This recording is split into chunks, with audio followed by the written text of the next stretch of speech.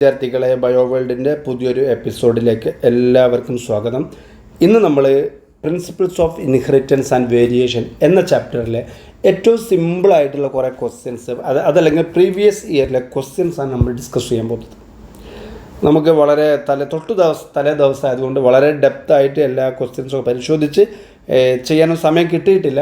എങ്കിൽ കൂടി നിങ്ങൾക്ക് ഈ പ്രീവിയസ് ഇയർ ക്വസ്റ്റ്യൻസ് ഡിസ്കസ് ചെയ്യുന്നതിലൂടെ എന്തെല്ലാം ക്വസ്റ്റ്യൻസാണ് വരാറുള്ളത്, എങ്ങനെയെല്ലാം ക്വസ്റ്റ്യൻസ് വരുന്നത്, അതുപോലെ മോസ്റ്റ്ലി റിപ്പീറ്റഡ് ആയിട്ടുള്ള ടോപ്പിക്സൊക്കെ നിങ്ങൾക്ക് എന്ത് ചെയ്യാൻ പറ്റും, വളരെ എളുപ്പത്തിൽ മനസ്സിലാക്കാൻ സാധിക്കും. അപ്പോൾ അതുകൊണ്ട് നമ്മൾ നേരെ നമ്മുടെ പ്രീവിയസ് ഇയർ വൈസ് ആയിട്ടുള്ള ഈ ചാപ്റ്ററിലെ ക്വസ്റ്റ്യൻസിലോട്ട് ഡിസ്കസ് പോവുകയാണ്. ഏതെല്ലാം ക്വസ്റ്റ്യൻസാണ് മോസ്റ്റ് റിപ്പീറ്റഡ് എന്നുകൂടി നിങ്ങൾക്ക് ഇതിലൂടെ മനസ്സിലാക്കാൻ സാധിക്കും. ഓക്കെ, ആദ്യമായിട്ട് ഇവിടെ വന്നിട്ടുള്ളത് ഒരു പെഡിഗ്രി അനാലിസിസുമായി ബന്ധപ്പെട്ട ഒരു ക്വസ്റ്റ്യനാണ്. ഓക്കെ, നോക്കുക. ഒന്നാമത്തെ എന്താ, അനലൈസ് ദ രണ്ട് പെഡിഗ്രി അനാലിസിസ് ഇവിടെ കൊടുത്തിട്ടുണ്ട്. നമ്മളൊരു ബേസിക് കാര്യങ്ങളൊക്കെ ഈ ഒരു വീഡിയോ പറയുന്നില്ല കേട്ടോ. അപ്പോൾ ഈ ചാപ്റ്ററിൽ ബേസിക്സൊന്നും കിട്ടാത്ത ആൾക്കാരുണ്ടെങ്കിൽ അവർ പറ്റുന്നത്ര കണ്ടൻസ് ഗ്രാസ്പ് ചെയ്യുക. പിന്നീട് നമ്മൾ മെയിൻ എക്സാമിന് മുൻപായിട്ടൊരു വീഡിയോ ചെയ്യുന്നതായിരിക്കും. നമുക്ക് എല്ലാറ്റിനോടും ഇപ്പോൾ സമയം തികയില്ല, എന്നാൽ കുറേ കാര്യങ്ങളൊക്കെ നമുക്ക് മനസ്സിലാക്കാൻ സാധിക്കും. ഇവിടെ പെഡിഗ്രി ചാപ്റ്റർ എന്ന് പറഞ്ഞാൽ നമുക്ക് ഇപ്പോൾ ഒരു ജനിതക രോഗം ആർക്കെല്ലാം ഒരു കുടുംബത്തിലുള്ളത്, ആർക്കാണ് ഈ അസുഖം വന്നത്, വരാത്തവരാരാന്നൊക്കെ അറിയാൻ വേണ്ടിയുള്ളതാണ്. ഓക്കെ, അപ്പോൾ ഇവിടെ ചോദിച്ചത്, ഇവിടെ രണ്ട് തരം അസുഖങ്ങളെക്കുറിച്ച് അവിടെ പറഞ്ഞിരിക്കുന്നത്. അതേതാണ് രണ്ട് വിഭാഗവും അവിടെ ചോദിക്കുന്നത്. ഇവിടെ നമ്മൾ കണ്ടില്ലേ, ഇതൊരു മദറാണ്. ഈ മദർ അസുഖമാണ്. പിന്നെ ഇവരുടെ രണ്ടാമത്തെ മകനും അസുഖമുണ്ട്. പിന്നെ 1, 2, 3 നാലാമത്തെ മകൾക്ക് അസുഖമുണ്ട്. അപ്പോൾ ഇങ്ങനെ വരുമ്പോൾ ഇത് ഏത് ടൈപ്പ് അസുഖമാണ്? ഇവിടെ നോക്കുക, അച്ഛനും അമ്മയും നോർമലാണ്. ഈ ഷെയ്ഡ് കൊടുത്ത ആൾക്കാർക്ക് മാത്രം എന്നുള്ളത് ജനിതക രോഗമുള്ളത്. അപ്പോൾ നമുക്കൊരു കാര്യം മനസ്സിലാക്കാൻ പറ്റും, ജനിതക സ്വഭാവങ്ങളൊക്കെ രണ്ട് ടൈപ്പ് ഉണ്ട്. ഡോമിനൻ്റും ഉണ്ട്, റിസസീവും ഉണ്ട്. ഡോമിനൻ്റ് എന്ന് പറഞ്ഞാൽ എന്താ, നമുക്ക് ഒരു ജീൻ ഉണ്ടെങ്കിൽ തന്നെ അത് എക്സ്പ്രസ് ചെയ്യും. റിസസീവ് എന്ന് പറഞ്ഞാൽ എന്താ, അത് ഒരു ജീന് ഉണ്ടെങ്കിൽ അത് എക്സ്പ്രസ് ചെയ്യും, അത് ഹൈഡ് ചെയ്ത് കിടക്കും. ഒരേപോലുള്ള ജീൻസ് രണ്ടും വരുമ്പോൾ എന്ത് ചെയ്യും, അത് ഡോമിനൻ്റ് ആവുകയുള്ളൂ. ഓക്കെ, അപ്പോൾ ഇവിടെ നോക്കി, ഇതിൽ രണ്ടാമത്തെ റിസസീവ് ഡിസോർഡറാണ്. റിസസീവ് എന്തുകൊണ്ടാണ് അങ്ങനെ പറയാൻ കാരണം എന്താ, ഇവിടെ മകന് അസുഖമുണ്ട്. ഈ മകന് അസുഖം ഉണ്ടായ എന്തുകൊണ്ടാണ്? മാതാപിതാക്കൾ ജീൻസ് കൊടുത്തത് കൊണ്ടല്ലേ. അതിൻ്റെ അർത്ഥം എന്താ, പാരൻസിൻ്റെ ബോഡിയിൽ ജീൻ പ്രസൻ്റ് ആണ്, പക്ഷേ അവർക്ക് അസുഖം ഉണ്ടായിട്ടില്ലല്ലോ. ഒരു ജീൻ കയ്യിലുണ്ടായിട്ടും അസുഖം വരുന്നില്ലെങ്കിൽ അതിൻ്റെ അർത്ഥം എന്താ, അതൊരു റിസസീവ് ഡിസീസ് ആയിരിക്കും. ഓക്കെ, സോ അതേ സമയത്ത് ഇവിടെ നിങ്ങൾ നോക്ക്, ഇതൊരു ഡോമിനൻ്റ് ഡിസോർഡറാണ്. എന്തുകൊണ്ടാണ്? ഇവിടെ നോക്കിയോ, അമ്മക്ക് അസുഖമുണ്ട്, മകന് അസുഖമുണ്ട്. ആർക്ക് അസുഖം ഉണ്ടെങ്കിലും ഏതെങ്കിലും ഒരു പാരൻ്റെങ്കിലും ആ അസുഖം പ്രസൻറ്റാണ്. ഇവിടെ മകൾക്ക് അസുഖമുണ്ട്, ഈ മകളുടെ അമ്മക്കും അസുഖമുണ്ട്.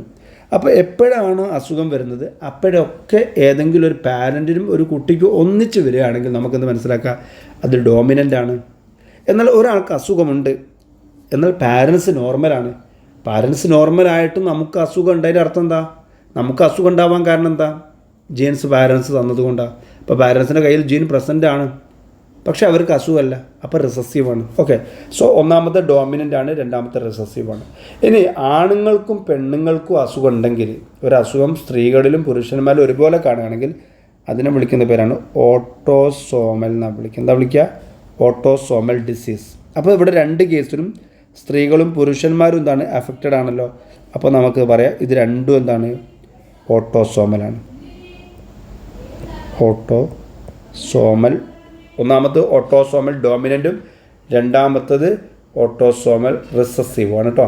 ഓക്കെ, ഇനി ഇവിടെ ചോദിക്കേണ്ടത്, which is the symbol for consanguineous mating. Consanguineous mating എന്ന് പറഞ്ഞാൽ എന്താ, റിലേറ്റീവ്സ് തമ്മിലുള്ള വിവാഹത്തെയാണ് ഉദ്ദേശിക്കുന്നത്. റിലേറ്റീവ്സ് തമ്മിലുള്ള വിവാഹത്തെ സൂചിപ്പിക്കുന്ന സിമ്പിൾ ഏതാണ്, ഇങ്ങനെയാണ് വരിക. ഇത് ഫാദർ, ഇത് മദർ, അതായത് മെയിൽ, ഇത് ഫീമെയിൽ, ഇതിനിടയിൽ രണ്ട് ലൈൻസ് ഉണ്ടെങ്കിൽ അത് കോൺസാങ്ഗ്വിനസ് മീറ്റിംഗ് ആണ്. What do you mean by pedigree analysis? Pedigree analysis എന്ന് പറഞ്ഞാൽ എന്താ, ഒരു ഫാമിലിയുടെ ജനറ്റിക് ക്യാരക്ടേഴ്സിനെ അനലൈസ് ചെയ്യുന്ന രീതിയാണിത് പെഡിഗ്രി അനാലിസിസ്.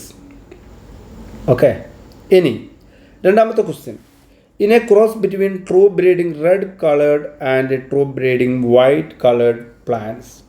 അത് റെഡും വൈറ്റും ഉള്ള ക്രോസ് ചെയ്തു. നമുക്ക് കുറച്ച് പരിമിതികളുണ്ട് കേട്ടോ, നമ്മൾ ചെറിയൊരു വീഡിയോ ആണ് ചെയ്യുന്നത്, അപ്പോൾ ചില പോരായ്മകളൊക്കെ ഉണ്ടാവും എനിക്കറിയാം. ഉദാഹരണമായി ഒരു ക്യാപിറ്റൽ ഇവർ പറഞ്ഞ ക്യാപിറ്റൽ ആർ അതുപോലെ സ്മോൾ ആർ ഇങ്ങനെ രണ്ട് ക്യാരക്ടേഴ്സ് തമ്മിൽ, ഇത് റെഡാണ് കൂട്ടിക്കോ, ഇതെന്താണ് വൈറ്റ്. ഇങ്ങനെ രണ്ടെണ്ണം ക്രോസ് ചെയ്യുന്ന സമയത്ത് നോർമലി എന്താ വരിക? നമ്മൾ നേരത്തെ പഠിച്ച നിയമങ്ങൾ പ്രകാരം റെഡ് കളറാണ് വരിക. ഒന്ന് ഡോമിനൻറ്റും മറ്റേ റിസസീവ് ആയിരിക്കും. അതിൻ്റെ ബേസിക്സ് ഒന്നും ഞാൻ പറയുന്നില്ലേ. എന്നാൽ ഇവിടെ എന്താ, അപ്പോൾ ഇതിന് വ്യത്യസ്തമായിട്ട് നമുക്ക് ഇവിടെ എന്ത് കിട്ടി? റെഡിന് പകരം എന്ത് വന്നു? പിങ്ക് കളർ കാണാൻ പറ്റി. അങ്ങനെ വരാനുള്ള ഒരു കേസുകൾ നമ്മൾ നേരത്തെ പഠിച്ചിട്ടുണ്ട്. അതിനെപ്പറ്റിയാണ് ഇവിടെ പറഞ്ഞിരിക്കുന്നത്. കണ്ടില്ലേ? The F1 was pink coloured. ഇങ്ങനെ വരാനുള്ള നെയിം ദ ഇൻഹെറിറ്റൻസ് പാറ്റേൺ. ഇവിടെയുള്ള ഇൻഹെറിറ്റൻസിന് പ്രത്യേക പാറ്റേൺ ഏതാണെന്നാണ് ചോദിക്കുന്നത്.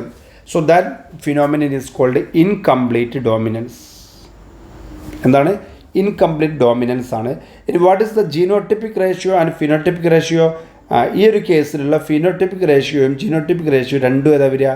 1:2:1 എന്നതാണ് ഫിനോട്ടിപ്പിക് റേഷ്യോയും ജീനോട്ടിപ്പിക് റേഷ്യോയും ഒരുപോലെയാണ് വരുന്നത്. ഓക്കെ, ഇനി അടുത്തൊരു പ്രധാനപ്പെട്ട ക്വസ്റ്റ്യനാണ്, one of the most repeated ക്വസ്റ്റ്യനാണ് ഈ കാണുന്നത്. ഇവിടെ ക്രോമസോമൽ ഡിസോർഡറുകളെ പറ്റി പറയുന്നുണ്ട്. ഒന്നാമത്തെ കോളത്തിൽ ക്രോമസോമൽ ഡിസോർഡർ, രണ്ടാമത്തെ കോളത്തിൽ കാരിയോടൈപ്പുകൾ, മൂന്നാമത്തെ കോളത്തിൽ സിംറ്റംസ്. ഒരാളുടെ ബോഡിയിലുള്ള ക്രോമസോമുകളുടെ എണ്ണം കൂടുകയോ കുറയുകയോ ചെയ്യുന്ന സമയത്തുള്ള അസുഖങ്ങളെ വിളിക്കുന്ന പേരാണ് ക്രോമസോമൽ ഡിസോർഡേഴ്സ്. അപ്പോൾ ക്രോമസോമൽ ഡിസോർഡറിൻ്റെ പേര് ഇവിടെ എഴുതണം. ഈ കാരിയോടൈപ്പ് എന്ന് പറഞ്ഞാൽ എന്താ? ഒരാളുടെ എത്ര ക്രോമസോം ഉണ്ട് അതിൻ്റെ ഡിഫറൻസ് സൂചിപ്പിക്കുന്ന ഫോർമുലയാണെന്ത്? കാരിയോടൈപ്പ്. നമ്മൾ അതിലേക്ക് ബേസിക്കലി പോകുന്നില്ല. ഇവിടെ കാരിയോടൈപ്പ് ചെയ്ത് 21 ട്രൈസോമി എന്നല്ലേ? 21 ട്രൈസോമുള്ള കാരിയോടൈപ്പ് വരുന്ന അസുഖത്തിൻ്റെ പേരാണെന്ത്? Down syndrome. ഞാൻ ഇവിടെ ഒന്നുകൂടെ എഴുതാം, ഡൗൺ സിൻഡ്രോം. ഇല്ല, നമ്മൾ പഠിച്ചതാണ്. ഇനി ഇതിൻ്റെ ലക്ഷണം ഇവിടെ കൊടുത്തിട്ടുണ്ട്. Palm is broad short statured. Okay, രണ്ടാമത്തെ ഒരു അസുഖത്തിൻ്റെ ലക്ഷണം ഇവിടെ കൊടുത്തിട്ടുണ്ട്, ഗൈനക്കോമാസ്റ്റിയ. ഗൈനക്കോമാസ്റ്റിയ എന്ന് പറഞ്ഞാൽ എന്താ? ഫീമെയിൽ ബോഡിയിൽ മെയിൽ ക്യാരക്ടർ ഉണ്ടാകുന്ന അവസ്ഥയാണ്. ഗൈനക്കോ എന്ന് പറഞ്ഞാൽ ഫീമെയിൽസുമായി ബന്ധപ്പെട്ടല്ല ഗൈനക്കോളജി ഡോക്ടറൊക്കെ. സോ മെയിലാണ്, പക്ഷേ അവരുടെ ബോഡിയിൽ ഫീമെയിൽ ക്യാരക്ടേഴ്സ് ഉണ്ടാകുന്നൊരു അസുഖമുണ്ട്. ആ അസുഖത്തിൻ്റെ പേര് നമ്മൾ നേരത്തെ പഠിച്ചാണ് ക്ലിൻഫെൽട്ടർ സിൻഡ്രോം. ക്ലിൻഫെൽട്ടർ സിൻഡ്രോം അല്ലേ?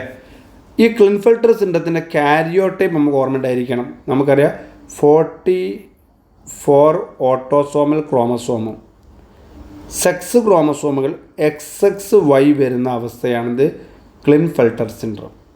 സാധാരണ പുരുഷന്മാരാണ് എന്താ ഉണ്ടാവുക? XY അല്ല ഉണ്ടാവുക. സ്ത്രീകളാണെങ്കിലോ XX അല്ല ഉണ്ടാവുക. എന്നാൽ ചില ആളുകൾ പകരം ചെയ്യും XXY വരും. അങ്ങനെ XXY വന്നു കഴിഞ്ഞാൽ ഉണ്ടാകുന്ന അസുഖത്തിൻ്റെ പേരാണ് ക്ലിൻഫെൽട്ടർ സിൻഡ്രോം. ഓക്കെ, ഇനി മൂന്നാമത്തെ അസുഖമാണ് ടർണേഴ്സ് സിൻഡ്രോം. അതിൻ്റെ കാരിയോടൈപ്പ് 44+X0. X0 എന്ന് പറഞ്ഞാൽ എന്താ? നോർമലി സെക്സ് ക്രോമസോം എങ്ങനെ വരിക? XX അല്ലെങ്കിൽ XY അല്ലേ വരിക.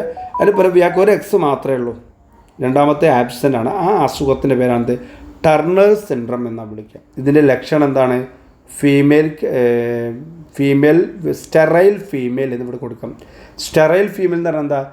റീപ്രൊഡ്യൂസ് ചെയ്യാൻ കഴിവില്ലാത്ത ഫീമെയിൽസ് ആണിത് സ്റ്റെറൈൽ ഫീമെയിൽ. ഓക്കെ, ഇനി അടുത്തൊരു ക്വസ്റ്റ്യൻ, ആറാമത്തെ ക്വസ്റ്റ്യൻ. ചിലതൊക്കെ നമ്മൾ നേരത്തെ ഡിസ്കസ് ചെയ്ത് ഇതുകൊണ്ട് സ്കിപ്പ് ചെയ്യുന്നുണ്ട്. ഈ കാണുന്ന പെഡിഗ്രി അനാലിസിസിലെ സിമ്പലുകളുടെ മീനിങ് ആണ് ചോദിച്ചിരിക്കുന്നത്. സോ ഒന്നാമത്തെ എന്താ? ഇതെന്താ? മെയിൽ അല്ലേ? ഇത് മെയിലാണ്. ഇത് ഷെയ്ഡ് ചെയ്തെടുത്ത് കറക്റ്റ് ആയില്ല, ഫുള്ള് കറക്റ്റ്. ഞാൻ കളർ കൊടുത്താൽ എന്താ അതിൻ്റെ അർത്ഥം? അഫക്റ്റഡ് ഫീമെയിൽ അല്ലേ? And this is the consanguineous mating, this is the normal mating, സാധാരണ വിവാഹം ചെയ്യുന്നതാണ്. ഓക്കെ, ഇനി ഏഴാമത്തെ ക്വസ്റ്റ്യൻ, തലാസിമിയ അസുഖത്തിൻ്റെ മാച്ചിങ് ടൈപ്പ് ക്വസ്റ്റ്യൻ. നമുക്ക് ഓരോ നോക്കല്ലേ. ഡൗൺ സിൻഡ്രോം എന്താണ്? ട്രൈസോമി 21 നമ്മൾ നേരത്തെ പറഞ്ഞു. ക്ലിൻഫെൽട്ടർ സിൻഡ്രോം എന്താ? ഗൈനക്കോമാസ്റ്റിയ അല്ലേ? പിന്നെ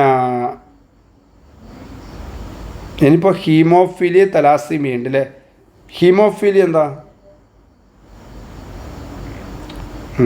സെക്സ് ലിങ്ക്ഡ് റിസസീവ് ഡിസോർഡറാണ് അല്ലേ.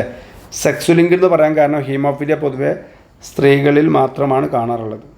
ഇനി അടുത്തതാണ് ഇനിയിപ്പോൾ എന്താ പറയുക, തലാസീമിയ അല്ലേ.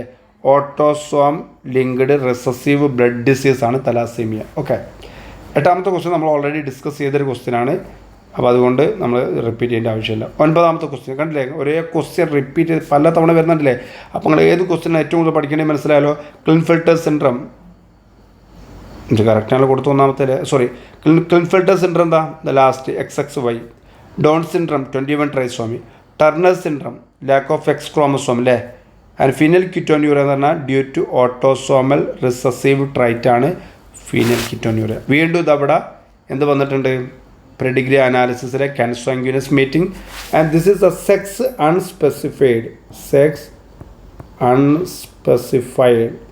സെക്സ് പ്രത്യേകിച്ച് പരാമർശിക്കാത്ത കേസുകളിൽ ഈ സിമ്പലാണ് ഉപയോഗപ്പെടുത്തുക.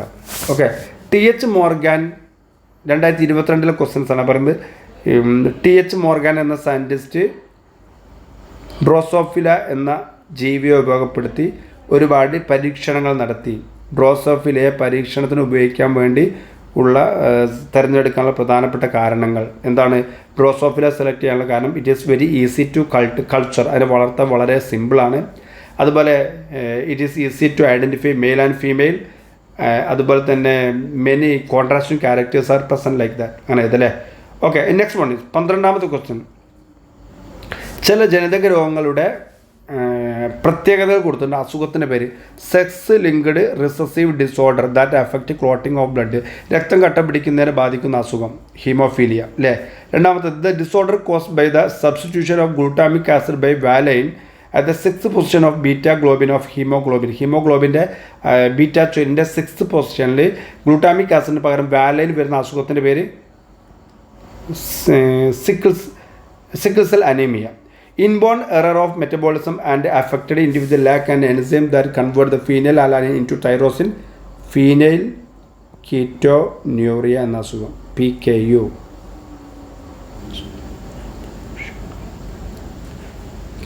അടുത്തൊരു ക്വസ്റ്റ്യൻ ആണ്, distinguish between male heterogamety and female heterogamety. അതുപോലെ ഇതിന് എക്സാമ്പിൾ എഴുതാൻ. ഇത് സെക്സ് ഡിറ്റർമിനേഷനുമായി ബന്ധപ്പെട്ട ക്വസ്റ്റ്യൻസ് ആണ്. മെയിൽ ഹെറ്ററോഗ്യാമേറ്റി കാണിക്കുന്ന സെക്സ് ഡിറ്റർമിനേഷൻ ആരുതലാണ്? Human and Drosophila. അതുപോലെ തന്നെ പിന്നെ വേറെ ഒന്നുകൂടെ ഉണ്ടല്ലോ അല്ലേ. രണ്ടാമത്തെ ഫീമെയിൽ ഹെറ്ററോഗ്യാമേറ്റി കാണിക്കുന്നതാണ് സെക്സ് ഡിറ്റർമിനേഷൻ ഇൻ ബേർഡ്സ് ആണ്. അപ്പോൾ അത് അപ്പോൾ അതിൻ്റെ സെക്സ് ഡിറ്റർമിനേഷൻ ടോപ്പിക്സ് നിർബന്ധമായിട്ട് നിങ്ങൾ എന്ത് ചെയ്യണം, പഠിച്ചിട്ട് പോകണം. അതിൽ മനുഷ്യൻ്റെ പഠിക്കേണ്ടത്, അതുപോലെ തന്നെ ബേർഡ്സിൻ്റെ പഠിക്കാനുണ്ട്, ഹൗസ് ഫ്ലൈൻ്റെ പഠിക്കാനുണ്ട്, ഡ്രോസോഫിലയുടെ ഒന്നും പഠിക്കാനുണ്ട്. അതുമായി ബന്ധപ്പെട്ട ക്വസ്റ്റ്യൻസ് വന്നു കഴിഞ്ഞാൽ എന്ത് ചെയ്യണം, അറ്റ്ലീസ്റ്റ് നിങ്ങൾക്ക് അതിനെക്കുറിച്ച് കൃത്യമായിട്ട് ക്വസ്റ്റ്യൻ ആൻസർ ചെയ്യാൻ പറ്റിയില്ലെങ്കിലും അതിൻ്റെ ഡയഗ്രാംസ് നിങ്ങൾക്കറിയാം. അതിൻ്റെ ക്രോസിങ് നിർബന്ധമായിട്ട് വരച്ച് കഴിഞ്ഞാൽ തന്നെ ഓൾമോസ്റ്റ് നിങ്ങൾക്ക് മാർക്ക് കിട്ടാൻ സാധ്യത കൂടുതലാണ്. ഓക്കെ, ഇനി അടുത്ത ക്വസ്റ്റ്യൻ ഇതേ ക്വസ്റ്റ്യൻ ഡ്രോസോഫില ചൂസ് ചെയ്യാനുള്ള കാരണങ്ങൾ ചോദിച്ചിട്ടുണ്ട്. പിന്നെ ഹീമോഫീലിയ അസുഖമായി ബന്ധപ്പെട്ട statement it is autosomal linked dominant disease, ശരിയും തെറ്റും ചോദിക്കുകയാണ്. അപ്പോൾ ഇത് തെറ്റാണ്. ഹീമോഫീലിയ എന്താ അസുഖമാണ്? സെക്സ് ലിങ്ക്ഡ് റിസസീവ് ഡിസോർഡറാണ് അല്ലേ. സെക്സ് ലിങ്ക്ഡ് റിസസീവ് ഡിസോർഡറാണ്. അപ്പോൾ അത് തെറ്റാണ്, അത് കറക്റ്റ് എഴുതണം. ഓക്കെ, അതുപോലെ ഇവിടെ വീണ്ടും 19ാമത്തെ ക്വസ്റ്റ്യൻ ഉണ്ടല്ലേ, മെയിൽ ഹെറ്ററോഗ്യാമേറ്റും ഫീമെയിൽ ഹെറ്ററോഗ്യാമേറ്റും തമ്മിലുള്ള വ്യത്യാസം. ആർക്കെങ്കിലും ഇതിൻ്റെ ഒരു PDF ക്വസ്റ്റ്യൻസ് ആവശ്യമുണ്ടെങ്കിൽ നമ്മളെ കമൻറ്റ് ബോക്സിൽ ഞാൻ എൻ്റെ ഫോൺ നമ്പർ കൊടുക്കാം. കോൺടാക്ട് ചെയ്ത് കഴിഞ്ഞാൽ നമ്മുടെ വാട്സപ്പ് ഗ്രൂപ്പിൽ ജോയിൻ ചെയ്താൽ PDF ലഭിക്കും കേട്ടോ. Name the genetic disorder in which a blood clotting protein is affected leading to non stop bleeding haemophilia അല്ലേ. Okay, additional copy of chromosome number 21 ഉള്ള അസുഖത്തിൻ്റെ പേര് ഏതാണ്? അസുഖം ഡൗൺ സിൻഡ്രോമാണ്. ആ അസുഖത്തിൻ്റെ പേര് എഴുതണം. ആ അസുഖത്തിൻ്റെ ലക്ഷണങ്ങളും പ്രത്യേകതകളും എഴുതണം. ഇൻകംപ്ലീറ്റ് ഡോമിനൻസ് വീണ്ടും ചോദിക്കും. അതാണ് നമ്മൾ സ്നാപ് ഡ്രാഗണിൽ കാണുന്നത്. അതേ ക്വസ്റ്റ്യൻ പലപ്പോഴും വന്നിട്ടുണ്ട്. അതുപോലെ ഇവിടെ ഒരു ക്വസ്റ്റ്യൻ തന്നിട്ടുണ്ട്. Micrograph of red blood cell of 2 person A and B are given and B is affected with a specific genetic disorder. 2 ആൾക്കാരുടെ ബ്ലഡിലെ സെല്ലിൻ്റെ ചിത്രം ഇവിടെ തന്നിട്ടുണ്ട്. അതിനെ ഐഡൻറ്റിഫൈ ചെയ്യാൻ വേണ്ടി ഒന്ന് എ യു ആണ് ഒന്ന് ബി യു ആണ്. ഇവിടെ ക്വസ്റ്റ്യൻ ഇതാണ്, ഈ ബ്ലഡിലെ RBC സെല്ലിന് ബാധിച്ച അസുഖത്തിൻ്റെ പേര്, ബിയെ ബാധിച്ച അസുഖം ഏതാണ്?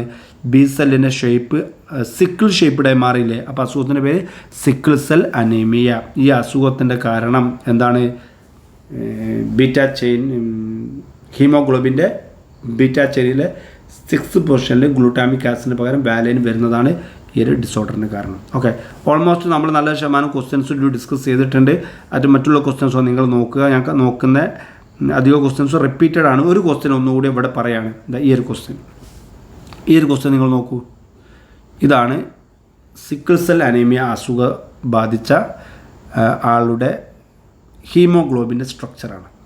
സോ ഈ ഹീമോഗ്ലോബിനിലെ ബീറ്റാ ചെയിനിൽ 1, 2, 3, 4, 5, 6 ആറാമത്തെ പൊസിഷനിൽ ഗ്ലൂട്ടാമിക് ആസിഡ് എന്ന അമിനോ ആസിഡാണ് നമുക്ക് വരേണ്ടത്. അത് ഗ്ലൂട്ടാമിക് ആസിഡ് അല്ല ഇവിടെ ഉള്ളത്, വാലൈനാണ്. ഇതൊരു അമിനോ ആസിഡാണ്. അങ്ങനെ അമിനോ ആസിഡിൻ്റെ സ്ട്രക്ചർ മാറി വരുമ്പോൾ അല്ലെങ്കിൽ പൊസിഷൻ മാറി വരുമ്പോൾ ഉണ്ടാകുന്ന അസുഖമാണെന്ത്? Sickle cell anaemia. ഒരുപാട് തവണ വന്ന ക്വസ്റ്റ്യനാണ്.